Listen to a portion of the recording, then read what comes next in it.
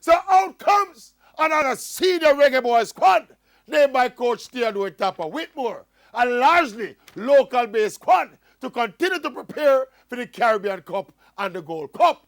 But as the Maverick applies my professorial analysis of the squad, I give Coach Whitmore a passing grade. But not lie, Tapper surprised me.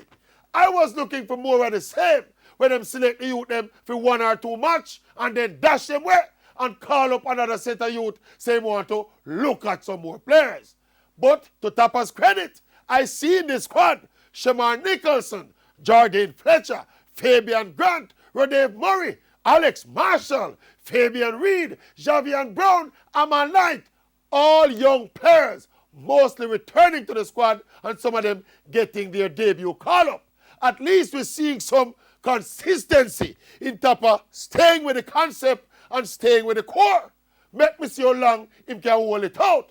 But what I really want to see is the balance of the final squad that Tapper will come up with for the Caribbean Cup and ultimately the Gold Cup.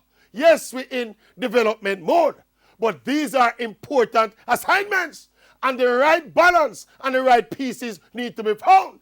How many and which England-based player him going to call back? Likewise, the MLS players. How much and which local-based players can make the cut? Tapper will have to meticulously put the pieces of that puzzle together. And I want to say this to Tapper though.